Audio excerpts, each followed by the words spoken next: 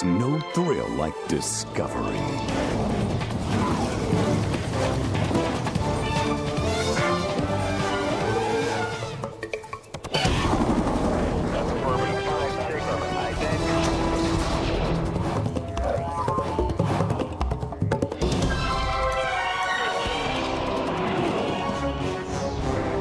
The Discovery Channel.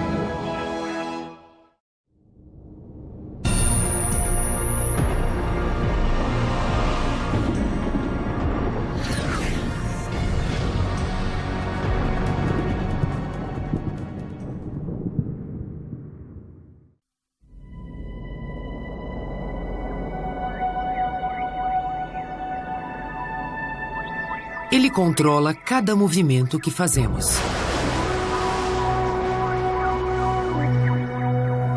Seus 14 bilhões de células conectam uma rede de complexidade quase infinita que nos permite aprender desde o momento em que nascemos. Estas formas harmoniosas são do órgão mais ocupado do corpo, provendo-nos constantemente de insights e criatividade.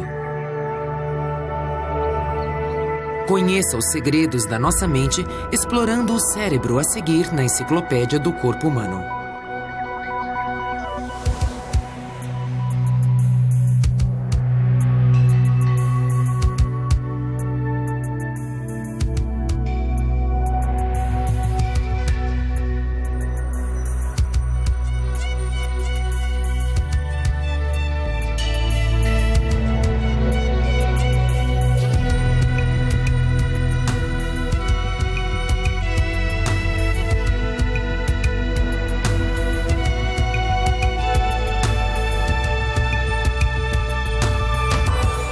Enciclopédia do Corpo Humano.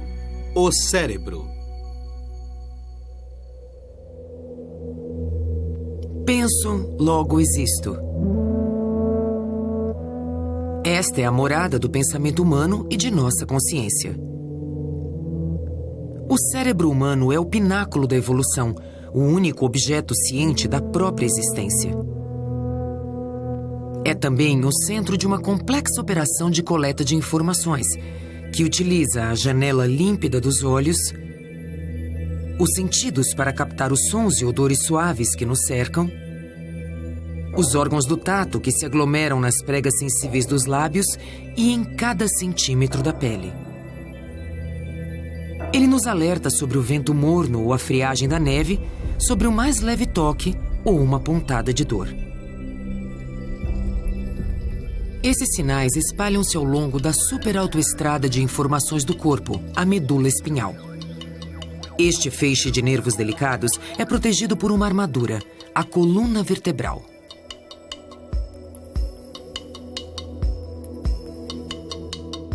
Ela sobe até a base do crânio, que envolve um pequeno órgão que pode sentir todo o mundo exterior.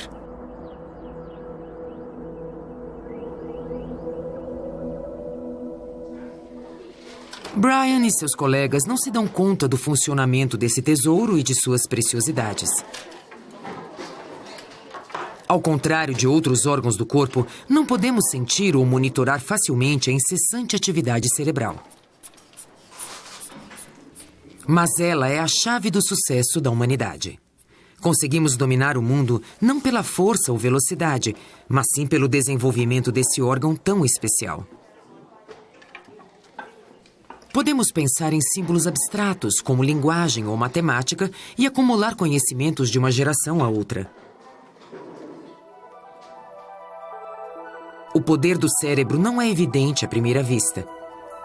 Semelhante a uma enorme noz, ele possui quase 1,5 kg de tecido mole e aquoso. O segredo do cérebro está em seus bilhões de microscópicas células nervosas. Quando pensamos, minúsculos sinais elétricos lampejam entre estes nervos. É similar às correntes elétricas que fluem entre os diminutos transistores de um chip de computador quando ele faz um cálculo. Mas, olhando atentamente, as células nervosas são bem diferentes dos fios elétricos. Há muitas lacunas para os sinais saltarem, fornecendo milhares de caminhos alternativos. E as células nervosas vivas podem associar-se às suas vizinhas, criando ainda mais rotas, diferentes dos caminhos programados percorridos pelas correntes elétricas de um computador.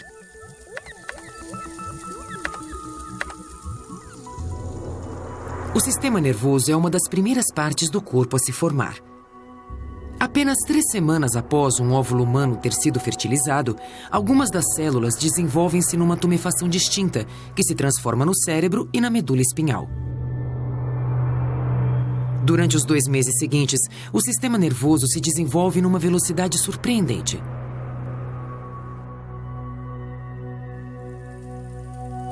Nesse período, o cérebro produz 250 mil nervos a cada minuto. Essas células movem-se através dos tecidos do corpo até seu destino final. Aqui, uma recém-chegada está produzindo sensores para conectar-se com suas vizinhas. Durante os primeiros 4 meses no útero, o cérebro do bebê produz todas as células nervosas que terá em sua vida.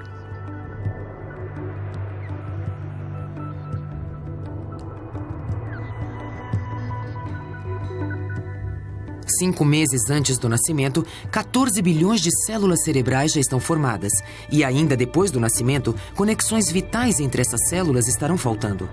Comparado a outros animais, o cérebro de um recém-nascido humano tem um longo caminho pela frente para atingir todo o seu potencial. As ligações cerebrais são adquiridas através dos milhares de anos de experiências acumuladas, transmitidas pelos pais e professores. Repetindo seus sucessos, uma criança aprende coordenação motora, a habilidade de equilibrar-se nas 2 pernas e até algo tão complicado quanto a linguagem. Com 2 anos de idade, algumas crianças podem falar 2.000 palavras.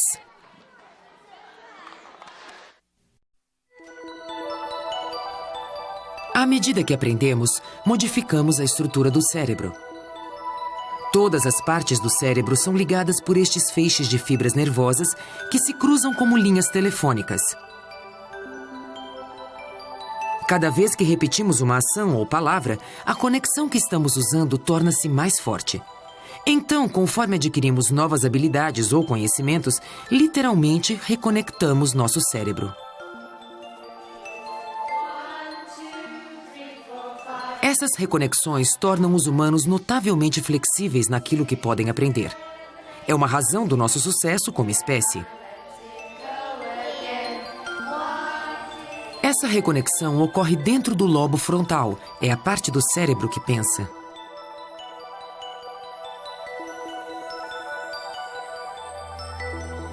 O lobo frontal atingiu a complexidade máxima nos humanos após bilhões de anos de evolução. O cérebro do nosso primeiro ancestral, o peixe, tinha apenas uma região frontal muito pequena, a fímbria, na esquerda. A área era responsável pela visão, o sentido mais importante do peixe. O lobo frontal cresceu rapidamente quando nossos ancestrais tornaram-se anfíbios. Quando os répteis evoluíram, essa se tornou a maior parte do cérebro. Nas aves, o lobo frontal expandiu-se ainda mais. Uma ave é mais inteligente que um réptil. Nos primeiros mamíferos, o crescimento do lobo frontal e da inteligência continuou, até que nos humanos a superfície pregueada do lobo frontal predomina.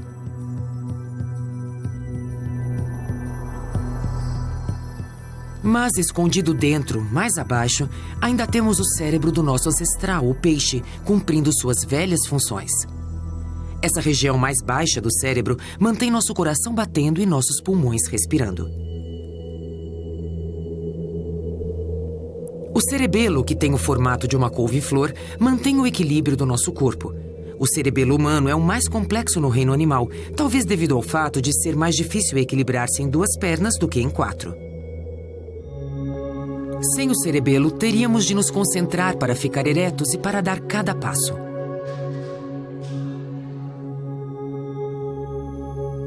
Dessa base primitiva para cima, o cérebro humano tem camadas sucessivas de conexões intrincadas e de assombrosa complexidade. Nessas camadas está escondido tudo o que nos torna indivíduos: emoções, memórias, aspirações, e pensamentos.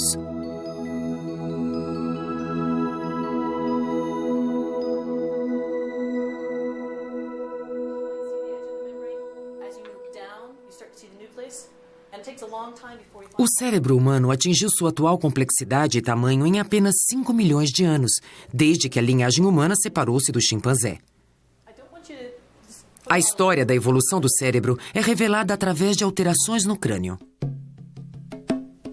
Um chimpanzé moderno tem o cérebro ligeiramente menor do que um dos nossos possíveis ancestrais, o Australopithecus africanus, que viveu 3 milhões de anos atrás.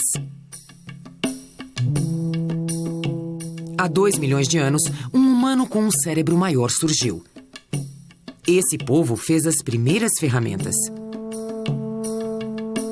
Datando de 500 mil anos atrás, este crânio humano alojou um cérebro 2 vezes maior que o primeiro Australopithecus. O Homo erectus havia dominado a arte de usar o fogo. O cérebro humano atingiu o atual tamanho 130 mil anos atrás, mas levou outros 100 mil anos para alcançar a capacidade mental que temos hoje.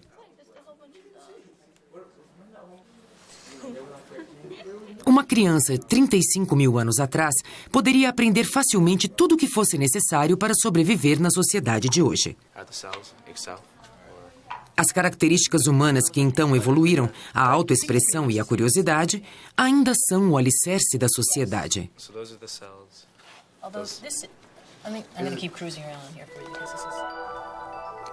A quantidade de células nervosas do cérebro multiplicou-se imensamente nos últimos milhares de anos. O cérebro corria o risco de superar o crescimento do crânio, mas foi salvo por um engenhoso trabalho de geometria. As células que usamos para pensar ficam na superfície do cérebro, numa camada de apenas 3 milímetros de espessura, o córtex. E uma superfície maior pode ser comprimida num tamanho menor através do enrugamento. Como uma folha de papel, o córtex enrugou-se e formou sulcos e pregas, os giros. Se tirássemos os giros, o córtex seria do tamanho de uma fronha. Com estes giros, superamos o poder de pensar até do maior cérebro animal. As células nervosas no córtex fazem tudo o que é exclusivo aos humanos: tomar decisões, dar opiniões, interpretar o que vemos e ouvimos e entender. O córtex forma 2 hemisférios diferentes, ambos repletos de feixes de nervos. As 2 metades têm modos diferentes de interpretar o mundo. O hemisfério esquerdo pensa em palavras, enquanto que o direito pensa em imagens e sentimentos. Os nervos trocam informações através de uma densa faixa na base do cérebro. Cada ponto no hemisfério direito é conectado a um ponto correspondente no hemisfério esquerdo.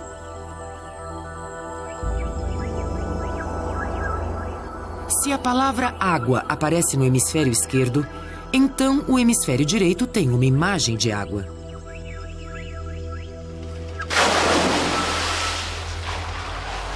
Para evitar qualquer discussão dentro do cérebro, um hemisfério, quase sempre o esquerdo, toma a última decisão. Quando se trata do controle muscular, cada hemisfério é responsável por um lado do corpo, desde os pés e pernas às mãos e olhos. Mas as linhas de comando se cruzam. O lado esquerdo do corpo está conectado ao hemisfério direito do cérebro, enquanto as sensações do lado direito do nosso corpo terminam no hemisfério esquerdo. As regiões mais sensíveis comandam um número imenso de células nervosas, no centro da área sensorial, chamado de córtex sensitivo.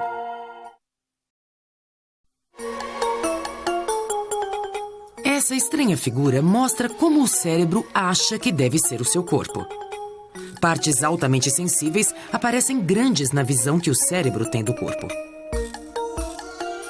Os lábios parecem enormes porque são extremamente sensíveis e ideais para demonstrar nossas emoções.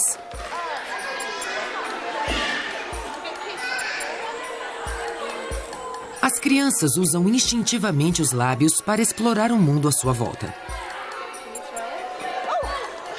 A bola estimula os nervos em seus lábios, enviando sinais a esta parte muito específica do cérebro. Uma parte diferente do córtex sensitivo se ativa quando você toca alguma coisa com o dedo indicador direito. A mão está repleta de filamentos nervosos, então a sentimos como se fosse muito maior do que é. O polegar é o maior de todos os dedos. Ele pode distinguir os menores detalhes pelo toque.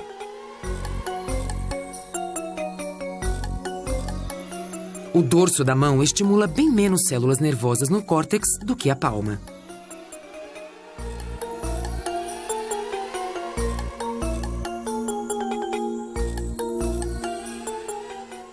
A segunda figura mostra o quanto do cérebro ocupa-se em controlar nosso corpo. Suas partes maiores têm muitas células nervosas responsáveis pela sintonia fina dos músculos. As duas figuras distorcidas têm muito em comum. As partes do corpo sensíveis ao toque geralmente necessitam de um controle mais preciso. As mãos estão repletas de músculos de precisão. A enorme porção do cérebro responsável pela mão tem sido vital para a evolução desde os nossos desajeitados ancestrais e levou a alguns dos nossos maiores avanços culturais. Para monitorar os músculos, contamos com nossos vigilantes órgãos dos sentidos. Cada um está conectado à sua própria região do córtex cerebral. Os olhos enviam sinais à parte posterior do cérebro, ao longo de nervos que se cruzam pelo caminho. A região onde nós vemos o mundo é estranhamente distante dos olhos. Quando você vê alguma coisa, sinais elétricos percorrem estes pálidos feixes de nervos.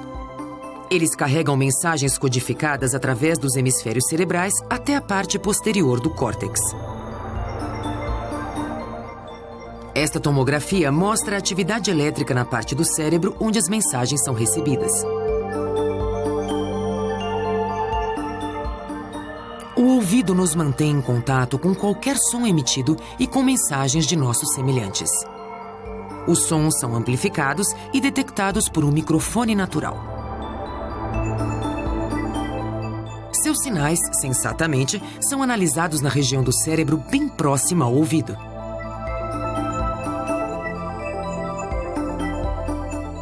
Os odores são transmitidos por moléculas invisíveis até a parte posterior do nariz. Elas disparam os impulsos nervosos até as profundezas do cérebro, onde residem nossas emoções. É por isso que os odores podem trazer de volta velhas emoções e recordações. Aqui, o odor de um perfume alerta várias partes do cérebro. A região inferior à direita está evocando uma imagem associada ao odor.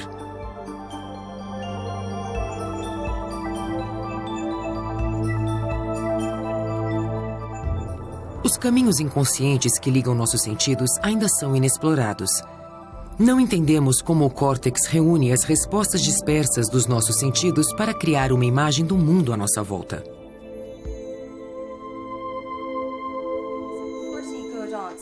A maioria das coisas que fazemos envolve particularmente todo o cérebro. Qual é o significado da palavra lei?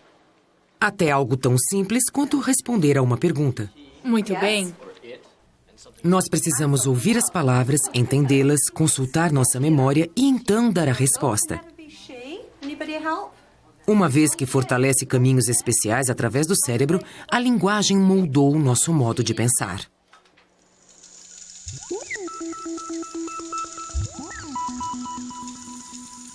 Esta área organiza nossos pensamentos de acordo com as regras da gramática. Ela envia sinais à região que coordena nossa respiração, cordas vocais, língua e lábios, o que nos permite falar. Conmigo. Muy bien, perfecto. Now we're on a conjugation round. A linguagem nos ajuda a aprender novos fatos e ideias, mas não podemos nos lembrar de tudo que nos foi ensinado na escola secundária. O cérebro é seletivo, escolhe o que parece ser importante e armazena informações em 2 estágios. O primeiro é a memória imediata.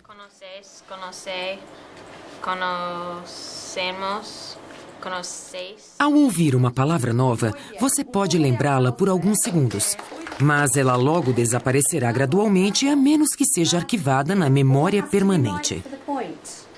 Who shall I choose? Desesperados? Corey. Para armazenar o que aprendemos, o cérebro precisa construir novas conexões permanentes entre seus nervos. A estrutura do cérebro muda sutilmente cada vez que enviamos um novo dado para a nossa memória permanente. Novas ligações são forjadas pelo cérebro, mas ainda é um mistério como podemos evocar essas memórias dispersas quando queremos.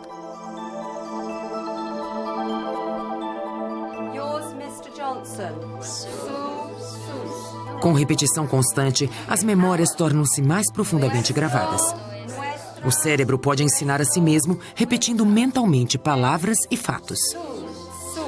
Notavelmente, a técnica também funciona com trabalhos físicos. Mr. Johnson, Mrs. Johnson, yours. Perfecto. O cérebro é o órgão mais maravilhoso e mais misterioso do corpo humano.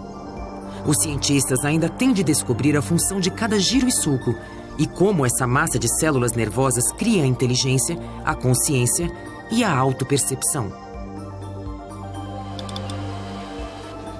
Um computador que pode pensar e que é consciente de si mesmo está ainda bem distante nos domínios da ficção científica. Contudo, cada um de nós tem um computador muito mais poderoso que qualquer equipamento da era espacial. O cérebro humano possui a engenhosidade para nos levar aos cantos mais afastados da Terra e além. Seu alcance mental não conhece limites. Com o nosso cérebro, podemos olhar além do nosso próprio mundo e contemplar o infinito. Versão brasileira Tempo Filmes, São Paulo.